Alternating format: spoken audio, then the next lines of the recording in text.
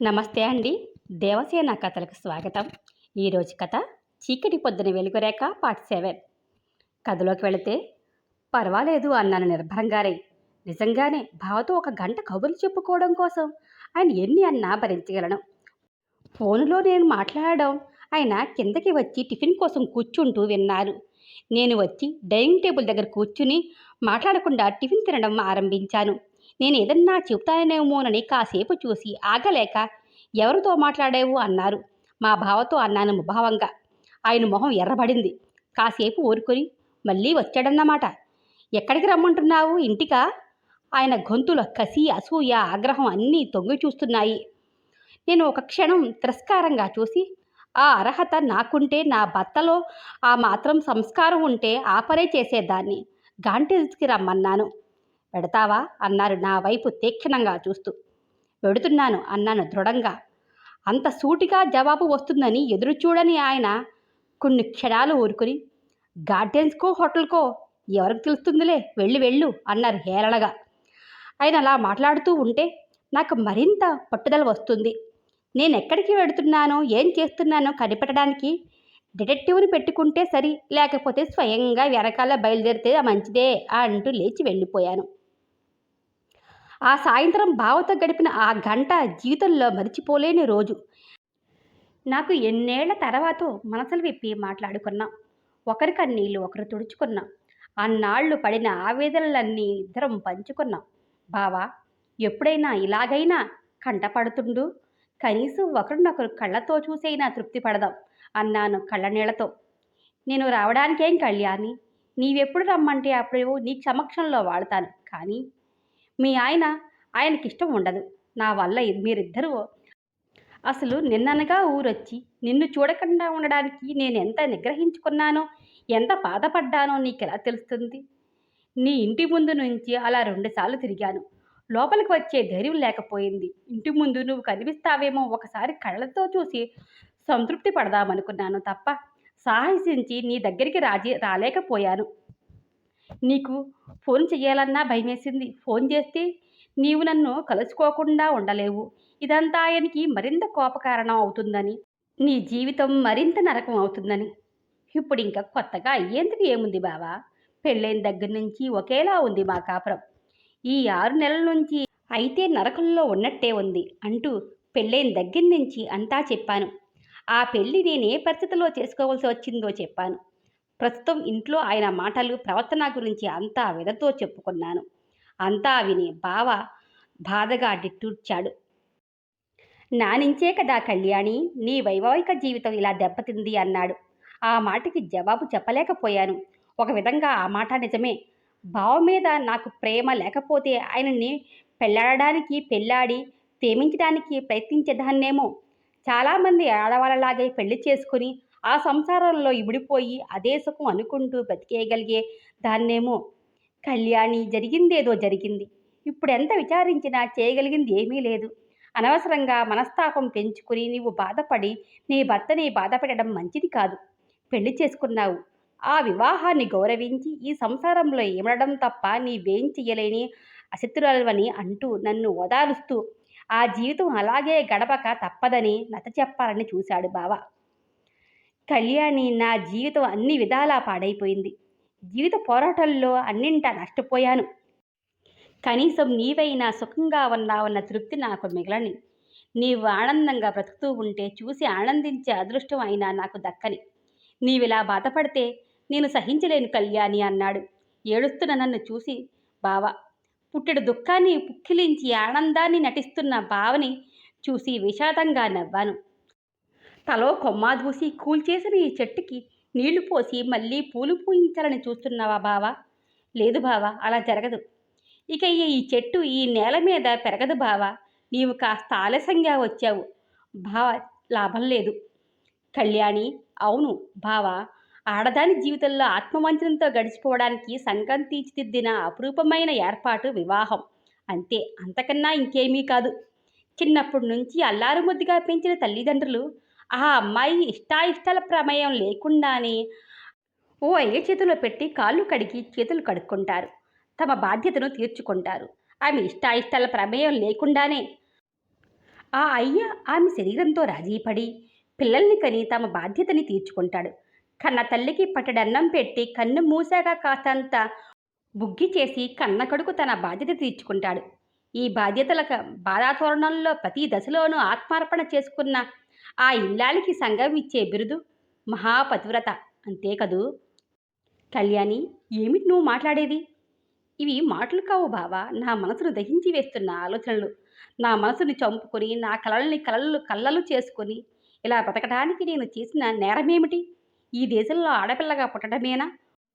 ఊహలు తెలిసిన వయసులో ఊహించుకున్న కలలని నిజం చేసుకోవాలని మనసు ఉన్నవాడికి, మనసిచ్చిన వాడికి ఇల్లాలు కావాలని అనుకున్నాను. అది నా తప్ప? తమ అంతస్తులు అభిజాత్యాలకు పణంగా పెట్టబోతున్న తల్లిదండ్రులను ఎదిరించాను.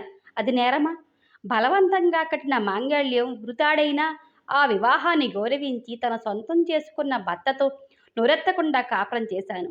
ఎన్నో ఏళ్లకి కనిపించిన ప్రియుడిని చూసి కరిగిపోయిన కలని తలుచుకుని క్షణకాలం వాపోయాను. అది దోషమా? అది మోసమా? ఏ సందర్భంలోనూ నా మనస్సును వధించుకోకుండా బ్రతకాలనుకున్నాను. నిజాయితీతో తల్లికి, తండ్రికి, ప్రియుడికి, సంఘానికి, భర్తకి నా మనస్సు విప్పి చెప్పాను. నిష్కపటంగా నా జీవితాన్ని తెరచి ఉంచాను. అర్థం చేసుకొని తల్లిదండ్రులకి, అర్థం చేసుకో ప్రయత్నించని భర్తకి, అర్థమే తెలియని సంఘానికి పాచికినయ్యాను. ఆయన నన్ను కులత అన్నారు. నన్ను అసహించుకుంటున్నారు.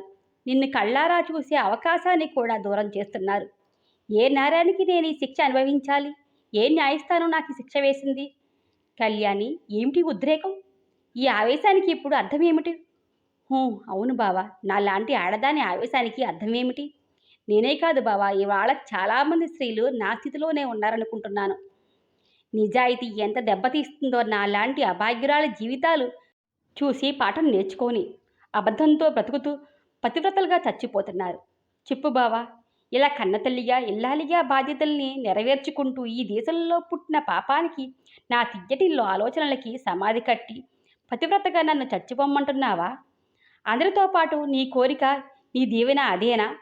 కళ్యాణి, నా కోరిక అది కాదని నీకు తెలుసు. కానీ అవునని ఎదిరించే హక్కు, అర్హత నాకు లేవు కళ్యాణి. జీవితంలో నష్టపోయింది నీవు. తిరగబడే హక్కు నీకే ఉంది ఆర్ద్రంగా అన్నాడు బావ, నా కళ్ళ నీళ్ళకి చెలించి. అవును, నాకే ఉంది. నువ్వు మళ్ళీ కనిపించాక ఆ హక్కుని సార్థకం చేసుకోవాలనుకుంటున్నాను. నలుగురు నన్ను అసహించుకుని మనస్సులో నన్ను అర్థం చేసుకోగల ఒక్క ఆడదైనా అభినందిస్తుందని నాకు తెలుసు. తరతరాలుగా వస్తున్న ఈ పద్మవ్యూహంలో నేను ఇరుక్కుపోయాను. ఈ చేదు నిజం నిరూపించే ఇల్లాలిగా బ్రతకలేను. పతివ్రతను అనిపించుకోవాలనే కోరిక నాకు లేదు. నా జీవితాన్ని నేను కొత్తదారి పట్టించుకుంటాను బావా. అందుకే నీతో మాట్లాడాలని రమ్మన్నాను బావా. బావ నిర్ఘాంతపోయి చూశాడు. అంటే ఏం చేస్తావు కళ్యాణి? అప్పుడు చెప్పాను బావకి నా మనసులో రగులుతున్న ఆలోచనని. మనసులు కలవని, అభిప్రాయాలు కాతకని భార్యాభర్తలను ఒకరినొకరు ద్వేషించుకుంటూ ఇంట్లో నరకం చూస్తూ ఇంకా కలిసే బ్రతకాలన్న ఆలోచనని ఆమోదించలేని చదువు, సంస్కారం నాకుంది. నా బ్రతుకు నేను బ్రతకగలిగే సంపాదన ఉంది. ఆయనని ప్రేమించలేక బావని ప్రేమిస్తూ ఆయనతో కాపురం చేయడంలో అర్థం లేకపోవడమే కాక అది అన్యాయం. ఆయనకి ద్రోహం చేయడమే కాక నాకు నేను ద్రోహం చేసుకోవడం అవుతుంది. ఆత్మవంచనతో లోకం కోసం బ్రతకడం ఇల్లాలి ధర్మం అని నేను నమ్మని నిజాన్ని ఎందుకు ఆదరించాలి? ఆయనని ప్రేమించలేని నేను ఆయన నుంచి స్వేచ్ఛ కోరి నాకు నచ్చిన మనిషితో జీవితం ప్రారంభించే హక్కు నాకు లేదా? ఈనాడు ఆ అవకాశం అందుబాటులో ఉంటే ఇలా నా కాపురం నరకం చేసుకోవడం, ఆ నరకంలో మగ్గడంలో అర్థం లేదు. బావ వచ్చి వెళ్ళిన తర్వాత ఆయన మధ్య నా మధ్య కలతలు, కాపురంలో సుఖశాంతులు కరువైన దగ్గర నుంచి ఓ రోజు విరక్తిలో నాలో ఈ ఆలోచన చోటు చేసుకుంది. రోజులు గడుస్తున్న కొద్దీ విరక్తి మరింత పెరిగి నా ఈ ఆలోచన దృఢపడసాగింది మనసులో. కానీ ఆలోచిస్తుంటే ఆచరించడం అంత సులువు కాదేమో అని అనిపించి భయం అనిపించేది. సంఘంలో కాస్తో కూస్తో పరువు మర్యాద ఉన్న ఆయన నాకు విడాకులు ఇవ్వడానికి అంగీకరిస్తారా? ఆస్తి సంపాదన ఉన్న నన్ను అంత సులువుగా వదులుకోవడానికి అంగీకరిస్తారా? కోర్టులు, కేసు అంటూ ఆయన పరువుని పోగొట్టడానికి ఒప్పుకుంటారా? తామిద్దరమే కాక తమకి పుట్టిన పిల్లలున్నారు. పిల్లల భవిష్యత్తు దృష్ట్యా ఆయన తనను విడిపోవడానికి అంగీకరిస్తారా? ఒకవేళ నేను కోర్టుకెక్కినా, విడాకులు పొందినా, ఆయన పంతానికైనా పిల్లల్ని ఇయ్యడానికి అంగీకరించకపోతే నేనేం చెయ్యాలి? పిల్లల్ని నేను వదులుకోగలనా? అమ్మో! పిల్లలు, నా పసివాళ్ళు. వాళ్ళని చూడందే ఒక్క రోజైనా ఉండలేని నేను వాళ్ళని శాశ్వతంగా ఎలా వదులుకోగలను? వదిలిన తర్వాత ఆ చింతల్లో నా జీవితంలో ప్రశాంతంగా జీవించగలనా? పిల్లల్ని వదిలి బ్రతకడం ఓ తల్లికి సాధ్యమా? ఏ ఆనందాన్నయితే నేను కోరుకొని వెళ్ళానో అది పశ్చాత్తాపంగా మారుతుందేమో ఆలోచనతో బుర్ర వేడెక్కేది. కానీ సమస్యకి పరిష్కారం తోచేది కాదు. నా ఈ ఆలోచన బావ ముందు పెట్టాను. బావ కొంచెం తెల్లపోయాడు. నిజంగానే అంటున్నావా కళ్యాణి? ఇంత దూరం ఆలోచిస్తున్నావా అన్నాడు. అవును బావా, రోజులు ఇక్కడ గడవడం రోజు రోజుకి దుర్భరం అవుతుంది. పొత్తిగా మనసులేని ఈ కాపురం ముళ్ళ మీద ఉన్నట్లే ఉంది. ఇంకిక్కడ ఉండలేను బావా బేలగా అన్నాను. బావ కాసేపు ఆలోచించి, మీ ఆయన ఒప్పుకుంటారనుకోను. అదీ కాక పిల్లలు. అవును, అదే నా భయము. అంత సులువుగా ఎందుకు ఒప్పుకుంటారు? ఆయన గౌరవం, ప్రతిష్ట ఆలోచించైనా ఒప్పుకుంటారనుకోను. ఒకవేళ ఒప్పుకొని పిల్లల్ని ఇయ్యకపోతే? ఈ విషయం అనుకున్నంత సులువుగా తేలేది కాదు కళ్యాణి. మనం ఎంత మారుతున్నాం అనుకున్నా, ఎంత పురోగమిస్తున్నాం, విదేశాలలో మాదిరిగా స్వేచ్ఛగా విడాకులు తీసుకునే వరకు ఇంకా రాలేదు. కొట్టుకుంటూ, తిట్టుకుంటూ, ఒకరినొకరు ద్వేషించుకుంటూనైనా కాపురాలు చేద్దామనుకుంటున్నారు తప్ప విడిపోవడం, విడాకులు అన్నవి నామోషిగా తలవంపుగానే తలిచే స్టేజిలోనే ఉన్నామింకా. నీ ఆలోచన నెరవేరుతుందని తోచదు నాకు. అందులో నీవు నా కోసం విడాకులు ఇస్తున్నావని ఆయనకు అర్థమవుతుంది. అలాంటప్పుడు అసలు ఒప్పుకోడు. తను సుఖపడకపోయినా నీకు స్వేచ్ఛ పొంది సుఖపడడం అన్నది ఆయన సహించడు. అసలు నీవు కోర్టులో విడాకులు కోరడానికి బలమైన కారణం ఏం చూపించగలవు? రోగిష్టా? దుర్మార్గుడా? అసమర్థుడా? ఏదైనా గట్టి కారణం ఉండాలి కదా! బాగా ఆలోచించు. ఈ విషయంలో నేనేం చెప్పగలను? నీవు స్వేచ్ఛ పొంది నా కళ్యాణివి అవుతానంటే అంతకంటే ఆనందం ఏముంటుంది? నీ పిల్లలు నా పిల్లలు కాకపోయినా నా పిల్లలుగానే చూసుకోగలను. నా మీద నీకా మాత్రం నమ్మకం ఉందనుకుంటాను. నేనేమిటో, నా మనసేమిటో నీకు తెలుసు. ఏ విషయంలోనూ నీకు అన్యాయం, లోటు జరగదు. అంతకంటే నేనేం చెప్పను అన్నాడు బావ. బావ ఈ విషయంలో చేసేదేముంది? నేనే సమయం చూసి నాకు విడాకులు కావాలన్న విషయాన్ని ఆయనకి తెలియచేయాలనుకుంటున్నాను. బావతో మాట్లాడి ఇంటికి వచ్చేసరికి అనుకున్న దానికంటే చాలా ఆలస్యమే అయింది. ఆయన మేడ మీద ఉన్నారు. నన్ను చూస్తూనే అయిందా బావతో మాట్లాడడం? కసిగా హేళనగా అన్నారు. అయింది అన్నాను నేను ముభావంగా బట్టలు మార్చుకుంటూ. 3 గంటల సేపు రాత్రి ఇంతవరకు పార్కులో కూర్చుని మాట్లాడుతున్నావంటే నమ్మేటంతట తెలివి తక్కువవాడని కాను. ఇదిగో కళ్యాణి, నీ వరకు నాకేం నచ్చలేదు. నేను వద్దంటున్నా వెళ్ళావు. వెళ్ళిందానివి ఇంటికి వచ్చావు. అసలు నీవు గార్డెన్స్కి వెళ్ళావో, మరెక్కడికి వెళ్ళావో, ఏం చేశావో నాకు నమ్మకం ఏమిటి? నీ ఉద్దేశంలో నీవేం చేసినా నేను ఊరుకుంటాననుకుంటున్నావేమో. నేను నీ మొగుణ్ణి అన్న మాట మరిచిపోకు. నీ ఆటలు నా దగ్గర సాగవని గుర్తుంచుకో కోపంగా అన్నారు. మీకు నమ్మకం చూపడానికి నా మాట తప్ప వేరే సాక్ష్యం ఏమీ లేదు నా దగ్గర. నా మీద అంత నమ్మకం లేనప్పుడు, భార్య ప్రవర్తన పట్ల అంత అనుమానం ఉన్నప్పుడు ఇంకా భార్యతో కాపురం ఎందుకు చేయడం? విడిపోవడం మంచిది అన్నాను. నా మనస్సులో మాట బయట పెట్టడానికి అంత త్వరలోనే వీలు చిక్కినందుకు ఓ విధంగా సంతోషంగానే అనిపించింది. ఆయన కాస్త షాక్ అయ్యారు. ఓహో, అంతవరకు వచ్చిందన్నమాట వ్యవహారం. వాడిని చూసేకే కదూ నీ ఆలోచనలు ఇలా పెడత్రోవ పట్టడం? పళ్ళు బిగువున అన్నారు. అనవసరంగా భావనేం అనకండి. ఆలోచించడం నాకు వచ్చు. ఇందులో బావదేం లేదు. నేను అన్నదానిలో తప్పేముంది? ఒకరినొకరు ద్వేషించుకుంటూ ఇల్లు నరకం చేసుకుంటూ కాపురం చేసే కంటే విడిపోవడం ఇద్దరికీ మంచిది. సరే, విడిపోవాలని అంత సరదాగా ఉంటే కోర్టుకెక్కు. అంతేగాని నీ మాటలతో నన్నేదో బెదిరించాలని మాత్రం చూడకు. విడిపోదాం అంటే భయపడి నువ్వేం చేసినా చూస్తూ ఊరుకుంటానని మాత్రం అనుకోకు. బింకంగా అని వెళ్ళిపోయారు అక్కడి నుంచి. పైకి నిర్లక్ష్యంగా బింకంగా అన్నా, విడిపోదామనే వరకు వచ్చిన నా ధోరణికి ఆయన కాస్త బెదిరినట్లు ఆయన మొహమే నాకు అది చెప్పింది. అప్పట్నుంచి సీరియస్గానే విడాకుల విషయం ఆలోచించేదాన్ని. డైవోర్స్ చట్టం నిబంధనల గురించే, అసలు విడాకులు ఏ ఏ కారణాలు చూపుతూ అప్లై చెయ్యాలో ఏవీ తెలియనందున ఏ ప్లేట్నన్నా సంప్రదించాలనుకున్నాను. కానీ నలుగురికి ఆ ఊరిలో నేను బాగా తెలుసు. ముందే ఈ గొడవంతా నలుగురికి చాటినట్టు అవుతుందేమో. ఆయనతో ముఖాముఖి మాట్లాడితే ఆయన అభిప్రాయం ఎలా ఉందో తెలుసుకోగలిగితే ఆ తర్వాత లా ప్రకారం విడిపోవచ్చు. కానీ ఆయనతో ఎదురుగా ఈ విషయం మాట్లాడడం ఎలా? నేను అడిగిన ఆయన సవ్యంగా జవాబిస్తారా? ఏం చెయ్యాలో తోచేది కాదు. ఇంచుమించు ఆయన నాతో పూర్తిగా మాట్లాడడం మానేశారు. నా ఆలోచనలు ఓ రూపు దాల్చక ముందే ఓ ఘోరమైన సంఘటన జరిగింది. అప్పుడు మొదటిసారి పాకిస్తాన్ యుద్ధం జరుగుతుంది. బావ కూడా ఫ్రంట్కి వెళ్ళాడు. మన వాళ్ళు ఎంతో ధైర్య సాహసాలతో పోరాడారు. అంతిమ విజయం మనదే. అయితే మన తరపున ఎంతోమంది సైనికుల్ని కోల్పోయాం. ఎన్ని వేల మందో క్షతగాత్రులయ్యారు. అందులో బావ ఒకడు. శత్రు స్థావరాల మీద దాడి జరిపి బేస్కి తిరిగి వస్తుండగా బావ ఫైటర్ విమానం మరొక శత్రు విమానం కురిపించిన బాంబులకి నేల కూలింది. అప్పుడు బావ చాలా లో హైట్లో ఉండడం వల్ల చావు తప్పి బ్రతికి బయటపడ్డాడు. బెల్ అవుట్ కావడానికి కూడా సమయం చిక్కక విమానంతో పాటు నేల కూలాడు. మంటలు చుట్టుముట్టాయి. బెల్ట్ విప్పుకొని వచ్చే లోపల బావ దుస్తులకి నిప్పంటుకొని కాళ్ళు పొట్ట అన్నీ బాగా కాలిపోయాయి. ఎత్తు నుంచి పడ్డ అదుటికి కలర్ బోన్ చెయ్యి ఫ్రాక్చర్ అయ్యాయి. అవి గాక గాజు పెంకులు గుచ్చుకుని మొహం అంతా గాయాలు. ఆ స్థితిలో బావని చుట్టూ ఉన్నవారు చూసి మండే ప్లేన్ నుంచి బయటికి లాగారు. ఆసుపత్రిలో జాయిన్ చేశారు. బావకి ఉన్న ఒక్కగానొక్క బంధువుని నేను. ఏదన్నా ప్రమాదం జరిగితే నాకు తెలపమని నా అడ్రస్ ఇచ్చాడట. బావు చావు బ్రతుకుల్లో ఢిల్లీ ఆర్మీ హాస్పిటల్లో ఉన్నట్టు టెలిగ్రామ్ ఇచ్చారు. నా ఆందోళన, నా బాధ, ఆరాటం ఎలా ఉంటుందో ఊహించు. బావ ఆ స్థితిలో ఉన్నాడని తెలిసి వెళ్లకుండా ఎలా ఉండగలను? వెంటనే ఢిల్లీ ప్రయాణం అయ్యాను. ఆయనతో బావ సంగతి చెప్పి నేను ప్రయాణం అయి వెడుతున్న సంగతి చెప్పాను. ఏమిటి, నువ్వు వెడతావా? బతికానీ పోయిందా? ఆడదాన్ని ఒక్కరిని వెళతావా ఆ ఆసుపత్రికి?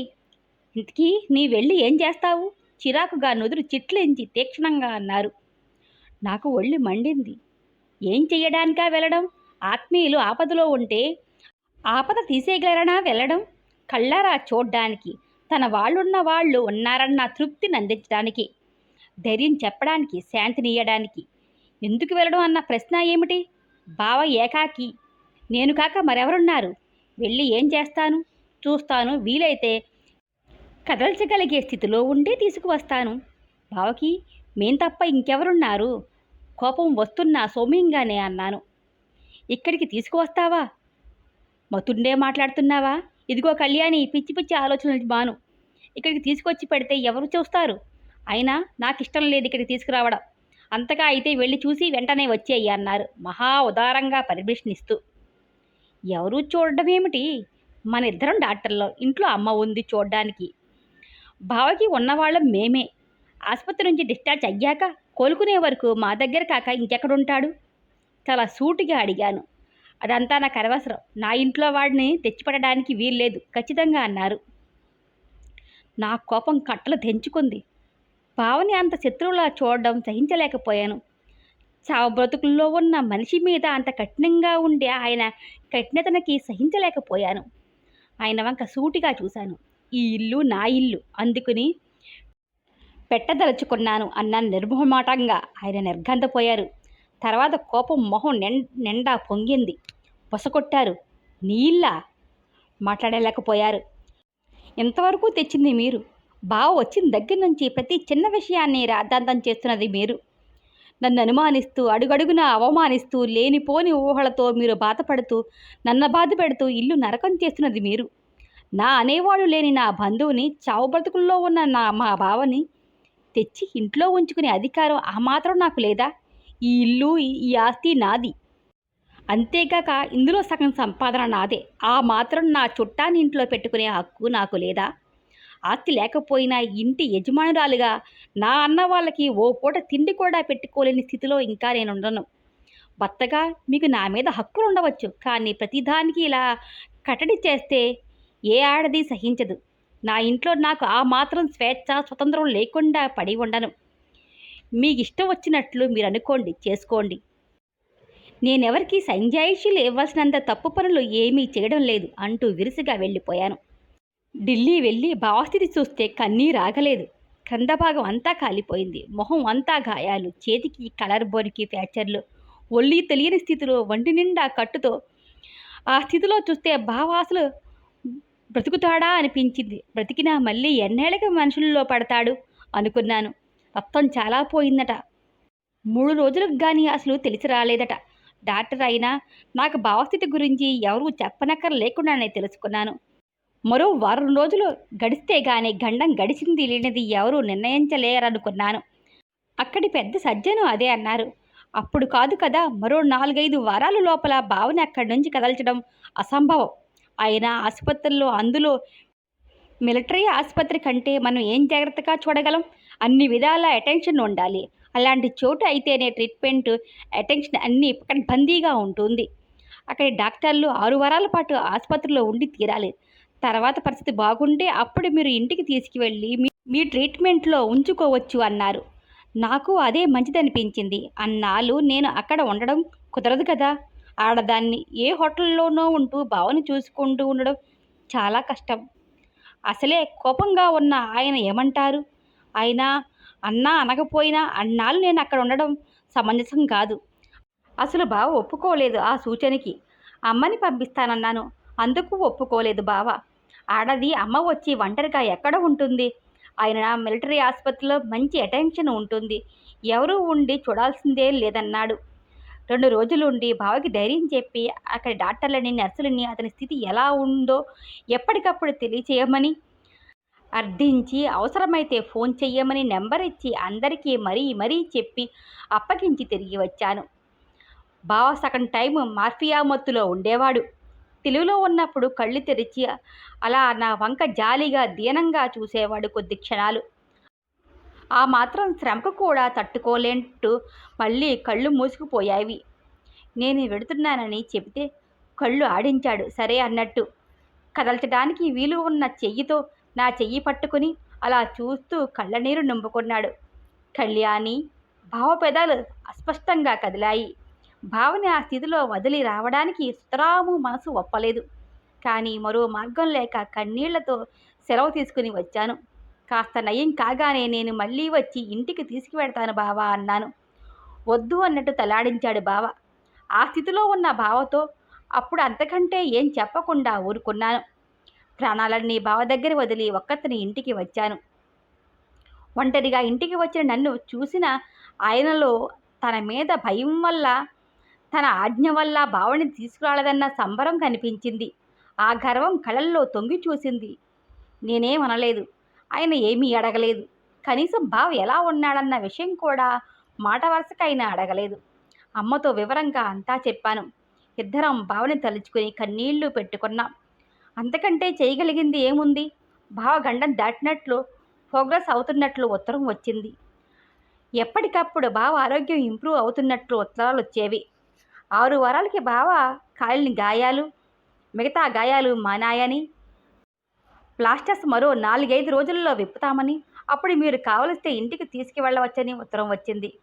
అమ్మతో ఆలోచించి నే మళ్ళీ వెళ్ళడం అనవసరమని తోచి బావని అక్కడ ప్లేన్ ఎక్కించితే ఇక్కడ నేను దింపుకుంటాను అని రాశాను. బావకి రాశాను. అసలు బావ ఆరోగ్యం కాస్త కుదుటపడడం దగ్గర నుంచి నేను ఇక్కడికి తనని తీసుకువస్తానని రాసిన సూచనని ఆమోదించలేదు. మా భార్యాభర్తల మధ్య మళ్ళీ గొడవలు తలెత్తడానికి తను కారణం కావడం తనకిష్టం లేదని రాశాడు. నేను చాలా రాసి తనని ఆ స్థితిలో ఒంటరిగా ఎంతమాత్రం వదలనని, దానికోసం ఎవరేమనుకున్నా లెక్క చేయనని, నువ్వు నా ఇంటికి రాకపోతే నేనే నీ దగ్గరికి వచ్చి నీ ఆరోగ్యం కోలుకునే వరకు ఉంటాను అని రాశాను. బావ చేసేదేం లేక, నన్ను కాదనలేక సగం అయిష్టంగానే నా దగ్గరికి రావడానికి ఒప్పుకున్నాడు. బావ వచ్చే రోజున ఆసుపత్రి నుంచి ఎయిర్పోర్ట్కి వెళ్ళడానికి చాలా ముందుగా బయలుదేరాను. నేను ఇంటికి వచ్చేస్తూ వెడుతున్నానని ఆయనకి చెప్పాను. ఆయన కాస్త ఆశ్చర్యంగా అప్పుడేనా అన్నారు. బావ వస్తున్నాడు, ఎయిర్పోర్ట్కి వెళ్ళాలి అన్నాను. నలుగురి మధ్య కూర్చున్న ఆయన నా వంక ఒక తీక్షణమైన చూపు మాత్రం విసిరారు. అని కూడా అనలేదు. నేను బయటికి వచ్చేశాను. భావని ఇంటికి తీసుకొస్తున్న విషయం ఆయనకి నేను చెప్పలేదు. ఆ రోజు నా ఇల్లు, నా ఆస్తి అని చెప్పిన దాన్ని మళ్ళీ ఈ విషయం ఎత్తి ప్రత్యేకంగా ఆ విషయం మరోసారి చెప్పడం అనవసరంగా మరోసారి గొడవకి కారణం అవుతుందని ఊరుకున్నాను. ఎలాగో భావని తీసుకొచ్చాక ఆ విషయం తెలుస్తుంది. అంత ఖచ్చితంగా నేను చెప్పాక ఇంకా ఆయన ఈ విషయంలో ఏమీ అనరని నమ్మాను. ఎయిర్పోర్ట్ నుంచి భావని వెంట పెట్టుకుని వచ్చాను. బావ పూర్తిగా కోలుకోవడానికి కనీసం మరో నెల రోజులు పడుతుందని బావని చూడగానే అర్థమైంది. రక్తం కోల్పోయి పాలిపోయి మొహం నిండా గాయాల తాలూకు మానీయమని మచ్చలతో ప్లాస్టర్లు విప్పిన చెయ్యి, అవి ఇంకా పూర్తిగా స్వాధీనంలోకి రాని బావని మరో నెలైనా మెడికల్ కేర్లో ఉంచి జాగ్రత్తగా చూడాలని బోధపడింది. బావ కోసం గెస్ట్ రూమ్ సర్దించాను. బావతో అమ్మ నేను కూర్చుని ఈ మాట ఆ మాట చెబుతున్నాం. ఈ లోపల ఆయన ఇంటికి రానే వచ్చారు. బావని తీసుకువచ్చి మాట్లాడుతున్నాం. మనసులో నాకు కాస్త జగ్గుగానే ఉంది. నన్నేమంటారని కాదు, అన్నా బావ కోసం భరించగలను నేను.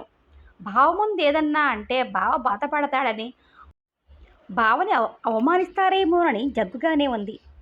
భయపడ్డంతా అయ్యింది. ఆయన వస్తూనే కళ్యాణి అని పెద్ద కేక పెట్టారు హాల్లోంచి. బావ అమ్మ నేను మొహాలు చూసుకున్నా. నేను పైకి భయపడ్డట్టు కనిపించడానికి ప్రయత్నిస్తూ నిర్భరంగా లేచి వచ్చాను. ఈ ఇంటికి యజమాని ఎవరు? ఈ ఇంట్లో నా స్థానం ఏమిటో ఈ రోజుతో తేలిపోవాలి. చెప్పు, చాలా కోపంగా గర్జించినట్టే అడిగారు. అనుకున్నంత అయింది. బావని అవమానించకుండా వదలరు. ఏమిటి గొడవ ఇప్పుడు అన్నాను. గొడవే.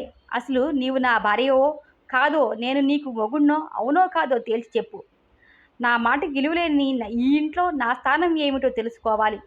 మీ స్థానం ఏమిటో మీకు తెలుసు. ఆ స్థానం గౌరవం మీరు నిలుపుకోలేకపోతే ఆ తప్పు నాది కాదు. కటువుగా అన్నాను. అంటే? తీక్షణంగా అడిగారు. అంటే అవసరమైన దానికి కాని దానికి ప్రతి చిన్న విషయానికి రాద్ధాంతం చేస్తూ మనిషి మీద అవతలి వాళ్ళకి గౌరవం లేనట్టు చేసుకున్నది మీరే. రాద్ధాంతమా ఇది? ఏ మొగుడు పెళ్ళం ప్రేమ వ్యవహారాన్ని సహించడు. పెళ్ళం తన ప్రియుడిని ఇంట్లో తెచ్చి పెడితే ఏ మొగుడో ఊరుకోడు. ఆపండి అని గట్టిగా అరిచాను. అంత హీనంగా నీచంగా మాట్లాడుతుంటే సహించలేకపోయాను. ఏ ఉన్నమాట అంటే ఉలికెందుకు? సరే, ఇది నీ ఇల్లు అంటున్నావు కనుక నేను నీ ఇంట్లో ఉండాలో అక్కర్లేదో తేల్చుకోవడం మంచిది ఇద్దరికి. నేను నీవు కలిసి ఉండాలంటే నా ఇష్టానికి వ్యతిరేకంగా జరగడానికి వీల్లేదు ఇంట్లో. ఆలోచించి చెప్పు. నీకు మొగుడు కావాలో బావ కావాలో చెప్పు. నేను తిరస్కారంగా చూశాను. అంతదాకా వచ్చాక ఇంకా భయపడడానికి ఏం కనిపించలేదు. తేల్చుకోవలసింది మీరు. ఇదివరకే చెప్పాను నేను. నా మీద అంత నమ్మకం లేనప్పుడు విడిపోవడం మంచిదని నిష్కర్షగానే చెప్పేశాను. అమ్మ లోపల నుంచి కళ్యాణి అంటూ వారిస్తూ గాబరాగా వచ్చింది. బావ కూడా లోపల నుంచి కళ్యాణి అన్నాడు హెచ్చరిస్తున్నట్టు. ఏమిటి నాయనా ఈ గొడవ? ఏం జరిగింది? అమ్మ కలగజేసుకుంటూ అంది. ఏం జరిగిందా అడగండి. మీ అమ్మాయిని అడగండి. ఏం తెలియనట్టు అడుగుతున్నారు ఇంకా? ఆవేశంతో పెద్ద చిన్న తారతమ్యం కూడా మరచి అమ్మ మీద ఎగిరిపడ్డారు. కళ్యాణి ఏమిటే అంది అమ్మ. ఏం లేదమ్మా, కొత్త గొడవేం కాదు. 8 నెలల నుంచి జరుగుతున్న గొడవే విసుగ్గా అన్నాను. ఆనంద్ వచ్చాడనేనా బాబు నీ కోపం? అమ్మ అడిగింది. ఆయన నా వంక ఉరిమి చూశారు. ఆయన కోపానికి బెదరలేదు నేను. అవునమ్మా, బావని తీసుకురావడానికి వీలులేదన్నారు. తీసుకువచ్చారని ఈ కోపం. నా ఇంట్లో నా బంధువు, రోగంతో ఉన్న బంధువుని కొన్నాళ్ళు ఆదుకునే స్వాతంత్ర్యం కూడా నాకు ఉండకూడదని ఆయన ఉద్దేశం. ఆవేశంగా అన్నాను. బంధువు? కొత్త బంధువు అయితే ఎవరేమంటారు? ప్రియుడను ఎక్కసెక్కంగా అన్నారు. భార్య ప్రియుడని ఇంట్లో తెచ్చిపెట్టుకుంటే ఊరుకొడేనంత సంస్కారవంతుడిని కాను. ఏమిటి నాయనా మాటలు? అదేం కాని పని చేసింది. ఆనంద్కి ఉన్నవాళ్ళం మేమే. వాడి స్థితిలో ఉంటే చూస్తూ ఎలా వదిలేయగలం? దానికోసం నీవిలా మాట్లాడడం ఏమీ బాగాలేదు. అమ్మ నొచ్చుకుంటూ కాస్త గట్టిగానే అనేసింది. ఆయన అమ్మలా అంటుందని ఎదురు చూడలేదనుకుంటాను. ఒక క్షణం తడబడి తగ్గిపోవడం ఇష్టం లేక, అవును ఎందుకు బాగుంటుంది? మీ అమ్మాయి చేసే పనులు బాగుంటాయి కానీ నేను అలా అనటం బాగుండదని కసిగా అన్నారు. నేనేం చేశాను? నేనేం కన్ని పనులు చేశానని మీ మాటలు తీవ్రంగా అన్నాను. హబ్బే, ఏం చేయలేదు. మరో మగాణ్ణి కౌగిలించుకోవడం తప్ప ఏం చెయ్యలేదు. సిగ్గు లేకుండా ఇంకా అడుగుతున్నావు. ఆయన చూపుల్లో మాటల్లో కసి హేళన భరించడం దుర్లభమవసాగింది. బావ ఎప్పుడు వచ్చి నుంచున్నాడో గుమ్మం దగ్గర తలుపు ఆసరాతో పాలిపోయిన మొహంతో నిల్చున్నాడు అదుద్దగా చూస్తూ. ఆయన పదే పదే నేను చేసిన తప్పుని ఎత్తి చూపుతూ ఆ నేరానికి నన్ను అవమానపరుస్తుంటే ఆఖరి మెట్టుకు వచ్చింది నా సాహసం. ముఖ్యంగా బావ ఎదురుగా ఆయన అలా మాట్లాడడం నాకంటే బావకి ఎంత కోతగా ఉంటుందో అర్థమయ్యి ఊరుకోలేకపోయాను. అవును, నేను తప్పు చేశాను. నేను కాని పని చేశాను. నేను కులతని. ఇలాంటి భార్యతో ఇంకా ఎందుకు కాపురం చేయాలనుకుంటున్నారు? నేను ఎలాంటి దాన్నో తెలిసి ఇంకా ఈ ఇంట్లో నాతో కలిసి కాపురం చేయడానికి మీకు లేని పౌరుషం, సిగ్గు నాకెందుకు? నేను చేసిన పనికి నేను సిగ్గుపడడం లేదు. సిగ్గుపడవలసిందిగా మీరనుకుంటే వెంటనే మనం ఈ భార్యాభర్తల సంబంధం తెంచుకుందాం. ఈ మాట ఇదివరకే చెప్పాను, మళ్ళీ చెప్తున్నాను. ఆవేశంతో నా మాట వణికింది. కళ్యాణి అమ్మ గట్టిగా కేకవేసింది. ఏమిటి ఆ మతిలేని మాటలు? అమ్మా, నీ ఊరుకో.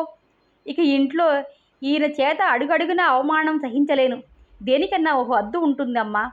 ఎంతకని సహిస్తాను? నేను మనిషినే.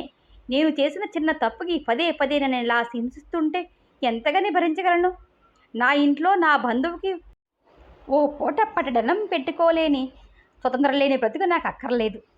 ఇలా ఈ నరకంలో కొట్టుకు చస్తూ కాపురం చేసుకుంటూ బ్రతికే బ్రతుకు నాకు అవసరం లేదు. మా కాపురం ముందు నుంచి ఒకలాగానే ఉంది.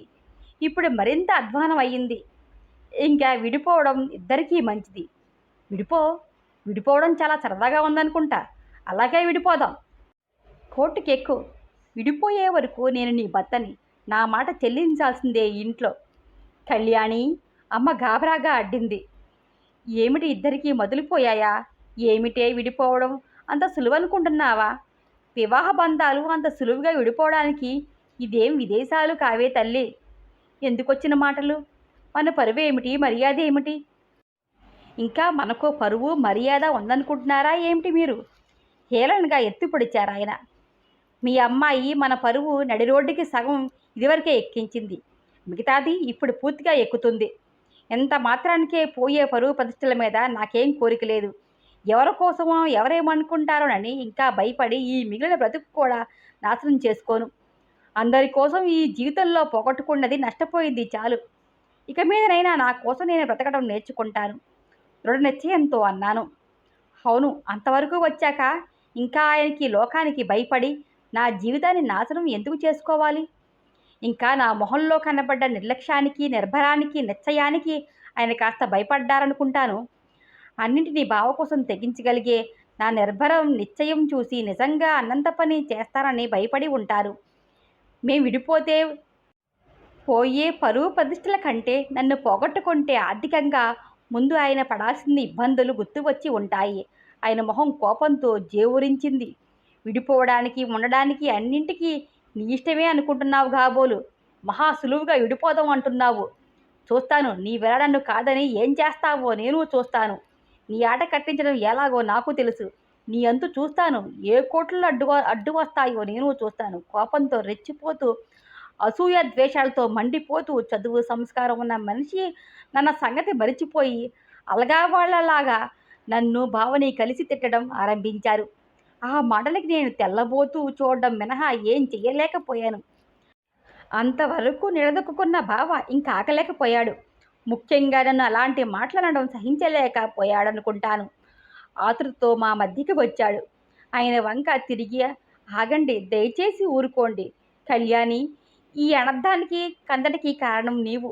నేను రాననుంటే తీసుకువచ్చావు. నాకు తెలుసు ఇలాంటి గొడవలు నా వల్ల జరగడం ఇష్టం లేకే రానన్నాను. ఫలితం చూసావా? రంగారావు గారు, నన్ను క్షమించండి. ఈ గొడవ అంతా నా వల్లే జరిగింది. నేను వెడుతున్నాను. కళ్యాణ్ని క్షమించండి అంటూ ఆయన చేతులు పట్టుకున్నాడు అర్థింపుగా. కోపంతో ఒల్లి తెలియకుండా ఉన్న ఆయన భావచేతులు పట్టుకోగానే, you scoundrel, dirty rogue, you are the root cause for all the trouble, get out ఐసే, గెట్ అవుట్ అంటూ విసిరిగా ఒక్క తోపు తోశారు. అసలే నీరసంగా ఉండి ఇంకా పూర్తిగా కోలుకొని బావ జరిగిన గొడవకి మానసికంగా చలించిన బావ, అదనాటుగా ఉన్న బావ ఆయన బలంగా తోసిన ఆ త్రోపుకి దూరంగా వెళ్ళి పడ్డాడు. ఆ పడడంతో ఫ్రాక్చర్ అయిన ఆ చేతి మీద రాలి పడడంతో కెవ్వుమని కేకవేశాడు. అమ్మా, నేను పరిగెత్తుకి బావని లేవదీశాం ఆరాటంగా. బావ తెలివి తప్పిపోయాడు. నేను ఆరాటంగా చెయ్యి చూశాను. కొత్తగా ఫ్రాక్చర్ అయిన ఆ చెయ్యి మీదే మళ్ళీ మోపైన దెబ్బ తగలడంతో ఆ బాధకి తట్టుకోలేక స్పృహ తప్పింది అని అర్థమయ్యింది.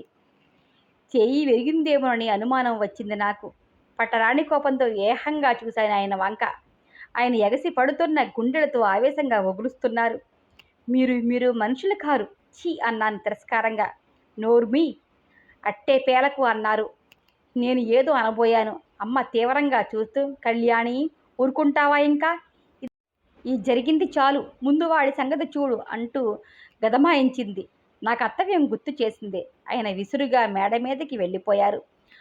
బావకి తిరిగి తెప్పించే ప్రయత్నాలు చేయడంలో మునిగాను. నేను భయపడినట్టే బావ చెయ్యి మళ్ళీ విరిగింది. ఎక్స్రే తీయించి పాస్టర్లు వేయించాను. మర్నాడు బావ చాలా బాధపడ్డాడు. శారీరక బాధ ఓ పక్క, నా కోసం బాధ ఓ పక్క. బావ వెళ్ళిపోతానని మొండిపట్టి పట్టి కూర్చున్నాడు. అమ్మా నేను చెప్పినా కూడా వినలేదు. అసలే విరిగిపోయిన నా మనసు బావ వెళ్ళిపోతానంటే ఓడిపోయినట్టు, ఈ జీవితంతో పోరాడే శక్తి లేక నిస్సహాయంగా ఓడిపోయినట్లు, ఇంక పోరాడే శక్తి లేక అలసిపోయినట్టు నిస్సహాయంగా ఏడ్చాను. బావని ఉండమనలేక, వెడుతుంటే భరించలేక వెర్రిదానిలా ఏడ్చాను. నీవు వెడితే ఇంక నాకెవరున్నారు బావా? నీ ఆసరా కూడా లేకపోతే నేను ఎలా బ్రతకను? ఇంక ఈ ఇంట్లో నా బ్రతికెలా ఉంటుందో కూడా తెలిసినన్ని నరకంలో వదిలేసి వెళ్ళిపోతావా? నీవుంటే, నా ప్రక్కన నీవుంటే ఎవరితోనైనా, ఆఖరికి దేవుడితోనైనా పోరాడగలిగే ఆత్మవిశ్వాసం ఉంటుంది. నీవు లేకపోతే ఇంక నేను బ్రతకలేను బావా. రెండోసారి నిన్ను పోగొట్టుకోలేను బావా. నీతో నన్ను తీసుకువెళ్ళు. నాకు ఈ సంఘం, ఈ పరువు ప్రతిష్ట ఏమీ అక్కరలేదు. ఎవరేమనుకున్నా లెక్కలేదు. నన్ను ఈ నరకంలోంచి తీసుకువెళ్ళు అంటూ ఎక్కి ఎక్కి వేడ్చాను. బావ నా దుఃఖానికి చెల్లించిపోయాడు. కానీ ఏం చేయగలడు? ఊరుకో కళ్యాణి, ఊరుకో అంటూ నా తల నిమిరాడు. బావ కళ్ళ నిండా నీరు నిండి ఉంది. నీవలా ఏడిస్తే నేనెలా వెళ్ళగలను కళ్యాణి అంటుంటే గొంతు రుద్ధమైంది. కళ్యాణి, నీవిలా దుఃఖపడతావనే నీ బాధ తలుచుకుని వచ్చాను. కానీ ఎలా ఉండనిక్కడ? నన్నేం చేయమంటావు కళ్యాణి? నీ దుఃఖాన్ని, బాధని ఉపశమనింపజేయడానికి నేనేం చేయగలను కళ్యాణి అంటూ బావ కూడా ఆడదానిలా ఏడ్చాడు. మమ్మల్నిద్దరినీ చూస్తూ అమ్మ ఏడ్చింది. కళ్యాణి, ఆనంద్, మీ ఇద్దరి బ్రతుకులు ఇలా బండలు కావడానికి మేమే కారణం. దానికి ఇష్టం లేని పెళ్లి చేసి దాని గొంతు కోసం మా ముచ్చటికి దాని జీవితాన్ని బలిపెట్టాం. అది సుఖపడాలని పెళ్లి పేరుతో నరకంలో పడేశాం. ఆనంద్, నీ ఉండు నాయన. నీ విడితే అది మళ్ళీ పిచ్చిదైపోతుంది. కనీసం కళ్ళెత్తి కనిపిస్తే శాంతిగా ఆయన బ్రతకగలదు. పాత రోజులు గుర్తు తెచ్చుకొని నేనేమైపోతానో నేనన్న భయంతో అమ్మ నా కోసం అల్లుడికి భయం కూడా వదులుకొని బావని ఉండమని అడిగింది. ఎలా ఉండనత్తయ్యా? ఆయన అలా కళ్యాణిని మాటలతో హింసిస్తుంటే నే వింటూ ఊరుకోలేను. ఊరుకోక ఏం చెయ్యలేని స్థితిలో ఎలా ఉండమంటావు? నేను ఉంటే ఆయన అలాగే ప్రవర్తిస్తారు ధైర్యంగా అన్నాడు బావ. నా కోసం కాదు బావా. నన్నెన్ని అన్నా భరించగలను. చూసే దిక్కు లేక, నా అనేవాళ్ళు లేక, ఒంటరిగా నువ్వు ఈ స్థితిలో ఉన్నప్పుడు వెళ్ళిపోతే నేను ఇక్కడ ప్రశాంతంగా ఎలా ఉంటాను బావా? ఆయన నన్నేమన్నా నేను లెక్క చేయను. ఇంతకంటే ఆయన నన్నేం చేస్తారు? ఉండరా నాయన? ఈ స్థితిలో చూసే దిక్కు లేకుండా వెళ్ళి ఏం చేస్తావు? అమ్మ కూడా ఉండమనే అంది. కానీ అత్తయ్య, ఆయన మళ్ళీ ఏమంటారో అంటే అనని నువ్వు ఊరుకో మాట్లాడకుండా నిర్లక్ష్యంగా అన్నాను. అనవలసినవన్నీ అన్నాడు కదా, ఇంకేముంది అనడానికి? కాస్త కోలుకొన్నాక వెళుదుగానిలే. నేను చెబుతాను అతనితో. నా ఇంట్లో నిన్ను పెట్టుకోవడానికి అతని అధికారం ఏమిటి? అమ్మ నిర్భరంగా అంది. అమ్మలా మాట్లాడడం నాకు చాలా ఆశ్చర్యంగా, ఆనందంగా అనిపించింది. బహుశా అమ్మ నా బాధ, అల్లుడి ప్రవర్తన అన్నీ చూసి ఈ పెళ్లి చేసి నా జీవితాన్ని నాశనం చేసినందుకు పశ్చాత్తాపడుతూ, నే చేసిన చిన్న తప్పును క్షమించి ఆయన కోపాన్ని అసహించుకుంటూ, నేను అంత క్షమించరాని తప్పు ఏం చేయలేదన్న నమ్మకం కలిగి ఉంటుంది. అమ్మ నేను నచ్చచెప్పి బావను ఉంచేశాం. ఆ రాత్రి నేను నిద్రపోవడానికి గదిలోకి వెడితే ఆయన నా వంక తీక్షణంగా చూశారు. కాసేపు ఊరుకుని, వాడింకా వెళ్ళనీయలేదన్నమాట. సరే, నీకెలా బుద్ధి చెప్పాలో నాకు తెలుసు అన్నారు. నేనేం మాట్లాడలేదు, అటు చూడలేదు. తలగడలు సర్దుకుని అటు తిరిగి పడుకున్నాను. ఏం పాపం, బావగారి సేవలు చేస్తూ అక్కడే పడుకోవలసింది. అర్ధరాత్రి అవసరం ఉంటుందేమో, వెళ్ళు అక్కడ పడుకో అన్నారు వ్యంగ్యంగా. ఆయన ధోరణికి ఎదురు తిరిగి జవాబు కూడా చెప్పాలనిపించేంత ఏహాత పుట్టింది. మాటకి మాట జవాబు చెబుతుంటే ఆయన మరింత రెచ్చిపోతారు. ఆయన నోటికి హద్దు అదుపు ఉండదని నాకు అర్థమయ్యి మౌనం వహించడమే మంచిదని నిర్ణయించుకున్నాను. ఇక్కడెందుకు పడుకోవడం? మన మధ్య ఇంకా భార్యాభర్తల సంబంధం ఏమన్నా మిగిలిందా ఏమిటి? పో ఈ గదిలోంచి.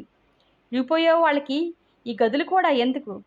I hate you like anything. వెళ్ళిక్కడి నుంచి కక్షగా అన్నారు. అప్పటికీ నేను మాట్లాడలేదు. నా మౌనం ఆయన్ని మరింత రెచ్చగొట్టింది. నీకే చెబుతున్నాను, చేసేదంతా చేస్తూ మాట్లాడకుండా ఊరుకుంటే పోతుందనుకుంటున్నావా? ఆయనకి నన్ను రెచ్చగొట్టి నేను జవాబిస్తుంటే నేను చేసిన తప్పుని వేలెత్తి చూపిస్తూ ఆయన ఆధిక్యతను కాపాడుకోవడం కావాలి. కానీ నేను అలా మౌనం వహించి ఆయన్ని లెక్క చేయకుండా విడిపోవడం కాదు. నిజంగా నా పట్ల అంత విముఖత ఉన్న మనిషి నా అంతటి నేనే విడిపోవాలని నేను కోరుకున్నప్పుడు సులువుగా నన్ను తప్పించుకోవచ్చు. నిజంగా నేను ఆయన్ని మోసం చేస్తున్నానని ఆయన నమ్మితే నాలాంటి భార్యని ఆయన విడిచిపెట్టాలనే కోరుకుంటారు. తన భార్య నిజంగానే ప్రేమ వ్యవహారం నడుపుతుందని తెలుసుకుంటే ఏ భర్త సహించడు. అలాంటి భార్యతో పొందు కావాలని కోరడు. ఎంత పరువు ప్రతిష్ట అని ఆలోచించినా పిల్లల కోసమన్నా తెలిసి భార్య ప్రేమ వ్యవహారం ఆమోదించలేడు. నేను ఇలా ఇన్నిసార్లు విడిపోదామన్నా బెంకంగా విడిపోదామంటున్నారే కానీ విడిపోవడం అనేది ఆయనకి ఇష్టం లేదనేది నాకు అర్థమవుతుంది. నేను ఇంత ఖచ్చితంగా చెప్తున్నా ఆయన గట్టిగా ఇప్పటి వరకు విడిపోదామని అనలేదు. నన్ను రెచ్చగొడుతూ సాధిస్తూ మాటలతో హింసిస్తున్నారు. ఇంట్లో ఈ గొడవంతా సహిస్తున్నారు. కానీ విడిపోవాలన్న ఆలోచన ఆయనకి లేదు. కారణం ఏమైతేనే కానీ నన్ను వదులుకోవడం ఆయనకి ఇష్టం లేదు. నేను ఇలా బెదిరించి మాట్లాడుతూ ఉంటే ఆయన తగ్గినట్లు కనపడడం ఇష్టం లేక భర్తగా తన ఆధిక్యతను నిలుపుకోవడానికి మాత్రం ఇలా సూటిపోటి మాటలతో నన్ను హింసిస్తున్నారన్న సంగతి నాకు అర్థమయ్యింది. ఆయన ఏమన్నా నేను జవాబు ఇయ్యలేదు. మనసులు కలవనప్పుడు మాటలతో ఆ మనసులను మరింత నొప్పించుకుంటూ కాపురం చేయడం కంటే విడిపోవడం మంచిదన్న నిర్ణయం మరింత దృఢపడింది నాలో. ఉన్నన్ని రోజులు అసహ్యంగా సంస్కారం మరచి నలుగురు చెప్పుకునేటట్టు ప్రవర్తించడం నాకు ఇష్టం లేదు. ఆయన ధోరణేమో అర్థం కాలేదు. ఏం చేస్తానంటారు? ఎలా బుద్ధి చెప్తానంటారు? విడాకులు ఇవ్వడానికి ఇష్టపడకుండా అల్లడి పెడతారా? పిల్లల్ని నాకు అప్పచెప్పకుండా ఏడిపిస్తారా? రకరకాల ఆలోచనలతో ఎప్పటికో నిద్రపోయాను. తర్వాత 3 రోజులు అతి ప్రశాంతంగా గడిచాయి. తుఫాను ముందు ప్రశాంతత అని నేను ఊహించలేదు. ఆ 3 రోజులలో ఆయన బావ ప్రసక్తి ఎత్తలేదు. బావ ఇంట్లో ఇంకా ఉండడం చూసి మళ్ళీ ఏమంటారోని భయపడి అమ్మ నేను ఆయన ఈ విషయం చూసి చూడనట్లు ఊరుకోవడంలో ఆశ్చర్యంతో పాటు తేలిగ్గా ఊపిరి తీసుకుని సంతోషించాం. చెప్పి లాభం లేదని ఊరుకున్నారు. అమ్మ కూడా నా తరపున మాట్లాడడం ఆ ఇల్లు మా ఇల్లు అని చెప్పడం వల్ల ఊరుకున్నారు అనుకున్నాం. బావ కూడా ఆశ్చర్యపోయాడు. ఏం గొడవ లేనందుకు ఆనందించాడు. ముగ్గురు నిశ్చింతగా నిట్టూర్చాం. ఆ సంతోషం మరి 3 రోజులలోపే పోయింది. ఆ 3 రోజులు ఆయన నర్సింగ్ హోమ్కి కూడా రాలేదు. మొదటి రోజు మామూలుగా తయారై బయటికి వెళ్ళిపోయారు. రోజు నర్సింగ్ హోమ్కి నాకంటే ముందు పెడతారు కనుక అదే అనుకున్నాను. కానీ నేను ఆసుపత్రికి వెళ్ళేసరికి ఆయన రాలేదని తెలిసి ఆశ్చర్యపోయాను. ఆ రోజంతా రాకపోతే కాస్త కంగారు పడిన మాట నిజమే. ఎక్కడికి ఏం పని మీద వెళ్ళారోనని సరిపెట్టుకున్నాను. నిన్న ఆయన బెదిరించడానికి ఏవేవో అన్నవి గుర్తు వచ్చి ఏం చేస్తున్నారు చెప్పమా అని అనుకున్నాను. అమ్మ కూడా కాస్త గాబరా పడింది. రోజంతా కబురు లేకుండా వెళ్ళిపోయారని రాత్రి కూడా ఇంటికి రాలేదు. అర్ధరాత్రి ఎప్పుడో వచ్చారు. క్రింద పడుకునే అమ్మ తలుపు తీసి ఎక్కడికి వెళ్ళావు నాయనా అందట. నేను ఎక్కడికి వెళ్ళానో ఏం చేశానో మీ అందరికీ సంజాయిషీలు ఇయ్యాలా ఏమిటి? మొగాణ్ణి నా ఇష్టం అన్నారట. ఆయన నడక, ఆయన కళ్ళు, ఆయన మాట అవి చూసి ఆశ్చర్యపడిందంట అమ్మ. మంచి నిద్రలో ఉన్న నాకు ఆయన రాక తెలియలేదు.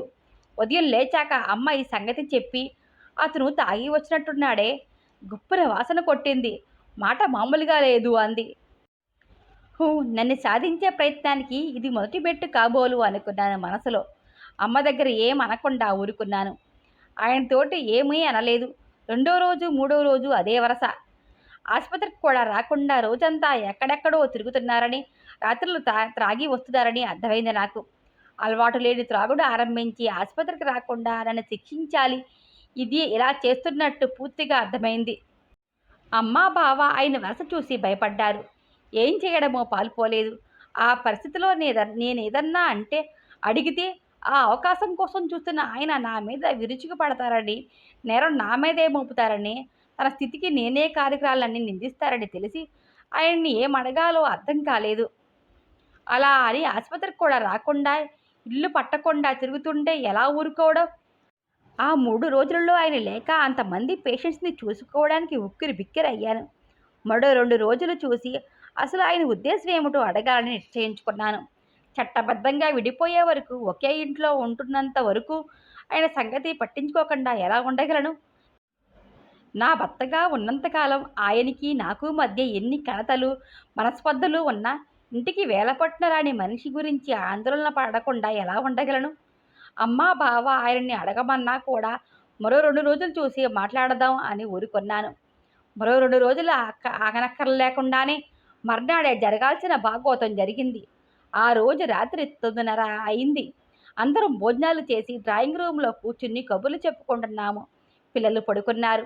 రేడియో వింటూ బావ, నేను, అమ్మ ఏవో మాట్లాడుతున్నాం. 3 రోజులు బట్టి ఆయన పగలంతా ఇంటి పట్టున ఉండడం లేదు. రాత్రి ఎప్పుడో తప్ప తాగి వచ్చి పడుకుంటున్నారు. ఆ రోజు రాత్రి ఆయన బాగా త్రాగి తూలుకుంటూ లోపలికి వచ్చారు. ఆయన వెంట ఎవరో ఒక స్త్రీ కూడా లోపలికి వచ్చింది. మేము ఆశ్చర్యపోయి చూస్తుండగానే ఆయన మమ్మల్ని చూసి చూడనట్లు ఆ యువతి భుజం మీద చెయ్యి వేసి కమాన్ డార్లింగ్ అంటూ మేడ మీదకి దారితీశారు. మేం తెల్లపోతూ ఒకరి మొహాలు ఒకరం చూసుకున్నాం. ఆ యువతి ఎవరో ఏమిటో కూడా మాకు తెలీదు. వేషం చూస్తే చాలా ఫ్లాషీగా చవక రకం సిపాన్ చీర, స్లీవ్లెస్ బ్లౌజులు, లిప్స్టిక్, చేతిలో హ్యాండ్ బ్యాగ్, మొహాన దట్టంగా కొట్టిన పౌడరు, దిద్దుకున్న కనుబొమ్మలు, ఐ హీల్స్ చూడగానే ఎవరికి గౌరవం ఈ బుద్ధి పుట్టినట్టు ఉంది. ఆ అలంకరణ, ఆ మొహంలో నడక అదో రకం వయ్యారం, చవక రకం విలాసత్వం చూడగానే కనిపిస్తుంది. ఆమెని చూసింది పట్టుమని ఒక్క నిమిషమే అయినా చూడగానే ఆమె ఏదో బజారు సరుకు అని అర్థమైపోయింది. ఆ బజారు సరుకులో కాస్త ఖరీదైన ఎన్నిక. ఒక్క నిమిషం ఎవరికీ బుర్ర పని చేయలేదు. ఆ యువతి ఆయన వెంట హ్యాండ్ బ్యాగ్ ఊపుకుంటూ విలాసంగా వెడుతుంటే ముగ్గురం బొమ్మల్లా నిలబడి చూశాం. ఆయన ఆమె భుజం మీద చెయ్యి వేసి మరీ నడిపించుకుంటూ వెళ్ళారు. వాళ్ళు కనుమరుగయ్యాక గానీ మాకు శృతి రాలేదు. ఏమిటే ఈ ఘోరం? అందరికంటే అమ్మ తేరుకుని అంది. బావ నా మొహంలో చూశాడు. నిన్ను శిక్షించడానికి ఆయనకి ఎంతకంటే మంచి దారి దొరకలేదులా ఉంది అన్నాడు వ్యధగా. నేను బావ మొహంలోకి చూడలేక తలదించుకున్నాను. అయ్యయ్యో, ఏమిటి ఇలా ఆరంభించాడు? అదెవత్తో తిన్నగా మేడ మీదకి కూడా తీసుకువెళ్ళాడు. ఇంతకు తెగించాడేమిటే? అమ్మ ఆందోళనగా గోల పెట్టింది. నేనేమనాలో తెలియక మాట్లాడలేక అలా క్రింద పెదవి కొరుక్కుంటూ నిలబడ్డాను. నిన్న ఆయన బెదిరించిన బెదిరింపుకి ఇదా అర్థం అనుకున్నాను. ఆయన నా మీద కక్ష సాధించడానికి ఇంత నిత్యానికి దిగజారుతారని నేను ఊహించలేదు. విడాకులు ఇయ్యకుండా నన్ను ఏడిపిస్తారని అనుకున్నాను గాని చదువు, సంస్కారం అన్నీ ఎంత హీనంగా దిగజారిపోతాయని ఊహించలేదు. నన్ను సాధించడానికి ఆయన ఎంతకంటే మంచి మార్గం కనపడలేదు కాబోలు. ఆయన నన్ను అన్న మాటలకి పడిన బాధ కంటే ఆయన నా మీద కసి తీర్చుకోవడానికి ఎంత దిగజారినందుకు ఎక్కువ బాధపడ్డాను. నాకు ఆయన ద్రోహం చేస్తున్నారన్న బాధ కాదు. నా మీద కోపంతో ఆయన ఎలాంటి తప్పడడుగు వేశారో, ఆయన శిక్షణాజ్ఞానం కోల్పోయి ఎలాంటి బురదకొండల్లో కళ్ళు మూసుకు కూరుకుపోతున్నారోనన్నది ఎక్కువ బాధ అనిపించింది. సవ్యంగా ఇద్దరం విడాకులు తీసుకున్నాక ఆయన మరో వివాహం చేసుకుంటే ఎంత మర్యాదగా, హుందాగా ఉంటుంది. ఆయన మరొక వివాహం చేసుకుంటే అందరికంటే ముందు నేను సంతోషించి ఉండేదాన్ని. కనీసం ఆ వివాహంలోనైనా ఆయనని మనసారా ప్రేమించగలిగే భార్య దొరికి ఆయన సుఖపడడం కంటే నాకు ఆనందం ఏముంటుంది? కానీ ఇలా ఎవరినో డబ్బిచ్చి తెచ్చుకున్న మనిషి ఇంటికి తీసుకువచ్చి తిన్నగా మేడ ఎక్కించి బెడ్రూమ్లోకి తీసుకువెళ్ళడం చూస్తూ చూస్తూ ఎలా ఊరుకోగలను? ఒక్కసారిగా నా మనసు జుగుచుతో నిండిపోయింది. ఏమిటి అలా చూస్తూ ఊరుకుంటున్నావు?